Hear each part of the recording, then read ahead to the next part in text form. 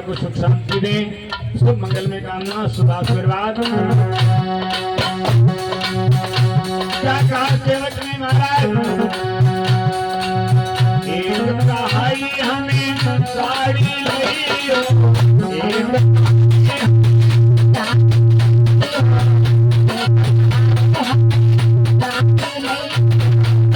एक कहे नहीं जो नरिया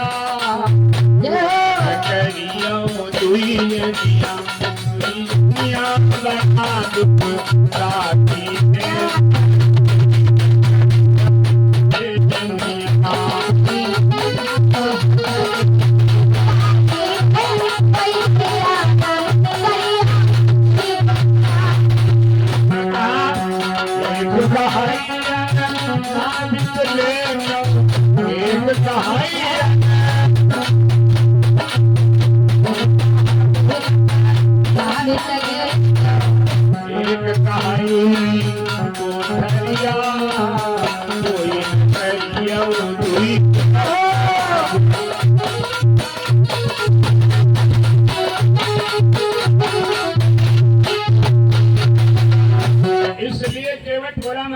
तो स्त्रियां खराब होती हैं। एक बात कह दूं, भले आप नाराज हो जाएं, लेकिन मैं बिना कहे नहीं मानूंगा।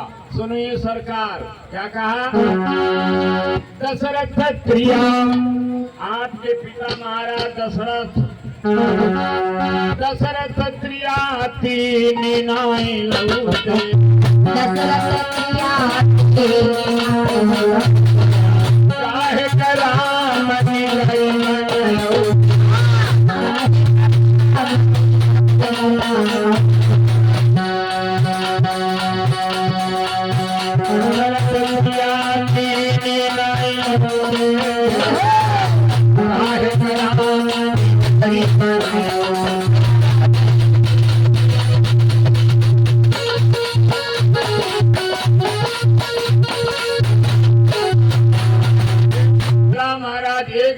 डर लागत भारी, तुम्हारे भवन तीन महतारी, के घर में भी तीन माताएं हैं। अगर महाराज दशरथ तीन नारियां न लाते तो महाराज दशरथ अगर तीन विवाह न करते, तीन नारियां न होती, तो आज आप वनवास नहीं आते, आप जंगल में नहीं आते।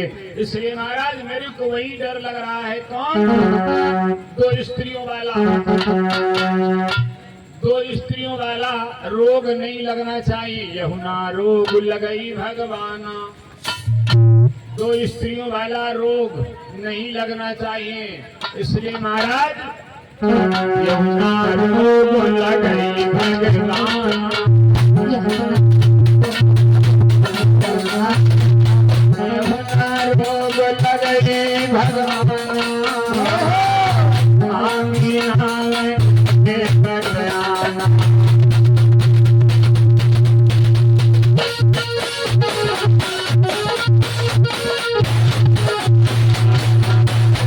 दूसरा कारण केवट नाव क्यों नहीं लाया। आइए अब तीसरा प्रश्न है। कहता है मैं आपके मर्म को जानता हूँ। अब आज तक किसी ने भगवान के मर्म को नहीं जाना, और जाति का केवट कह रहा है प्रभु मैं आपके मर्म को जानता हूँ।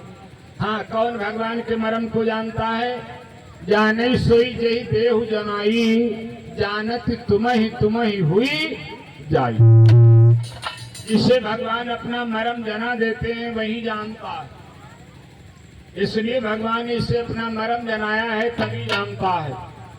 मानो केवट राम से कहने लगा,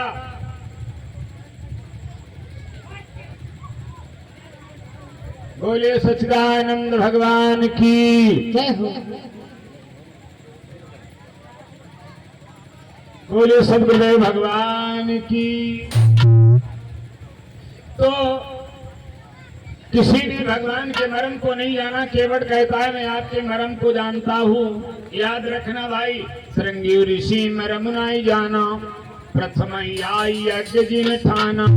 श्रृंगी ऋषि जी भी भगवान के मर्म को नहीं जान पाए, इन्होंने आकर के पुत्रेश यज्ञ की। नंबर 2, कौशल्य यहु मर्म न भाखा, जिन 9 मास गोद करी राखा। नंबर 3, मरम न जान सकी माँ तारी, रही खिलावत बारी बारी। सभी माताएं बारी बारी भगवान को खिलाती रही, लेकिन भगवान के मरम को नहीं जान पाया। और जरा ध्यान देना, मरम जानी जो पूती, काहे करामई बनई पठौती।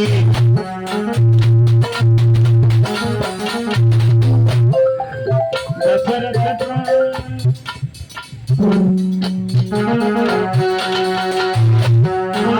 मरम जानी जो काहे कयंबनी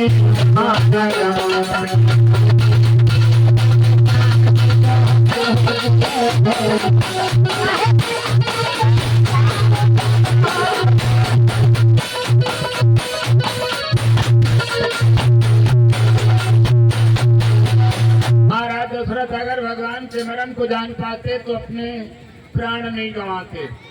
इसलिए किसी ने भगवान के मरम को नहीं जाना। केवट को भगवान ने अपना मरम जनाया है, तभी जानता है। केवट बोला, महाराज जब तक आपके पैरों को धो नहीं लूंगा तब तक मैं आपके चरणों को, तब तक पैरों को पखार नहीं लूंगा, तब तक आपको पार नहीं उतारूंगा। महाराज मैं ना उतारू पार, मैं ना उतारू पार, अजरज होए बिना।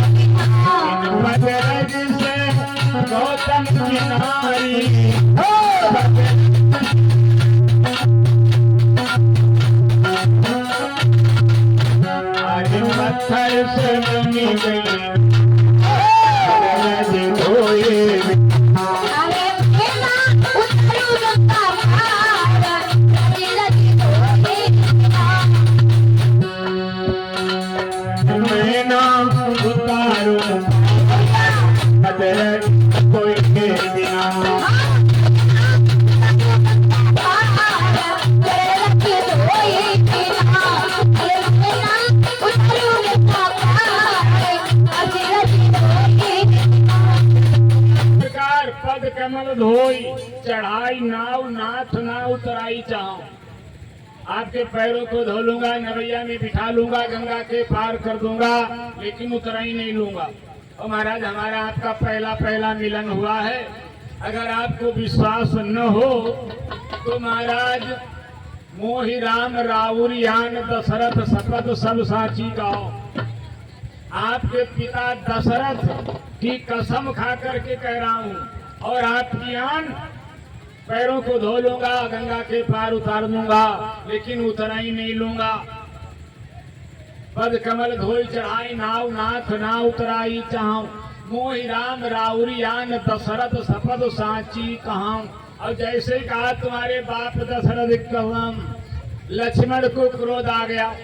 लक्ष्मण ने निकाला बाण, कहा तेरी ऐसी की तैसी करूं। अभी तक कहता रहा मैं ये मरम जानता वो मरम जानता, और अब कहता है तुम्हारे बाप दशरथ की कसम, चल मरने के लिए तैयार हो जा। केवट ठाका मार करके हंसा। जरा विचार करना यहाँ पर, केवट हंसा क्यों? केवट हंसा क्यों? ये तो विषय यहाँ पे रोने का था। जिस आदमी के सामने कोई ताने खड़ा हो वो हंसेगा, भगवान जाने उसकी क्या हालत होगी। केवट को रोना चाहिए था, लेकिन रोया नहीं, बल्कि ठाका मार करके हंसा। क्यों हंसा? केवट राम से बोला, केवट लक्ष्मण से कहने लगा, लक्ष्मण तुमने धनुष के ऊपर बाण चढ़ाया है मेरे को मारने के लिए, मार दो, मार दो। लेकिन एक बात याद रखना लक्ष्मण, तुम मेरे को मार दोगे, बाण लगते ही लगते नहीं मर जाऊंगा। जब तुम मेरे बाण मारोगे मैं हल्ला डाल दूंगा, हमारे घर परिवार वाले बीबी बच्चे सब दौड़ करके आ जाएंगे। मैं सभी से कह दूंगा आप लोग मेरी अंत्येष्टि क्रिया नहीं करोगे। लक्ष्मण ने मेरे को मारा है, इसलिए लक्ष्मण ही अपने हाथों से मेरी अंत्येष्टि क्रिया करेंगे। लक्ष्मण, इसलिए तुम्हें अपने हाथों से मेरी अंत्येष्टि क्रिया करनी पड़ेगी। 10वां करना पड़ेगा, एकादशी करनी पड़ेगी, मेरी तेरही करनी पड़ेगी, भी घुटानी पड़ेगी, फारवर्टी अदा करनी पड़ेगी। लक्ष्मण, और एक बात याद रखना, दुनिया में न जाने कितने लोग मर गए हैं, कितने मर गए हैं, जो ही आया है आगे वो भी जाएगा। लेकिन एक बात बताई गई, केवटपुरा सरकार लक्ष्मण से, लक्ष्मण अगर मैं इस समय मारा गया तो मेरे समान किसी की मृत्यु भी नहीं होगी। क्यों? एक तो तुम्हारे हाथों लक्ष्मण मरूंगा, तुम तो शेषावतारी हो ना, एक तो तुम्हारे हाथों मरूंगा, और नंबर 2 में भगवान राम के सामने मरूंगा, नंबर 3 राम राम कहते हुए मरूंगा। जबकि जन्म जन्म मुनि जतन कराही, अंत राम कहियावत, अंत समय से राम नाम नहीं निकलता। लेकिन मैं कितना बड़ा भाग्यशाली होऊंगा कि मैं अंत समय में राम राम कहते मरूंगा। और एक बात याद रखना लक्ष्मण, जब मेरी शमशान यात्रा निकलेगी तो मेरे राम जी बड़े दयालु हैं, मेरे भगवान राम बड़े कृपालु हैं, मेरी शमशान यात्रा में शामिल होंगे। शमशान घाट पे भगवान के सामने मेरा पंच भौतिक शरीर जल करके खाक हो जाएगा। लक्ष्मण बोलो, कौन होगा मेरे समान भाग्यवान, मार दो। जैसे लक्ष्मण ने सुना, बाण वापस किया। ये क्या बक रहे हैं, ये क्या बक रहा है, मैं इसकी तेरही एकादशी मुड़िया घुटाने आया है? मैं तो भाई की सेवा के लिए आया, बाण वापस किया। केवट बोला, नहीं लक्ष्मण, भर तीर मारो लगानु, मैं जब लगी न पाई पखारी हूँ, तब लगु न तुलसीदास नाथ कृपालु पार उतारी हूँ।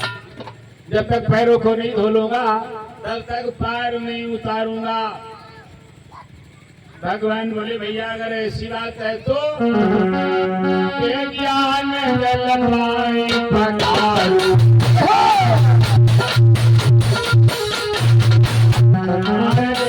ज्ञान जलवाई पखारू,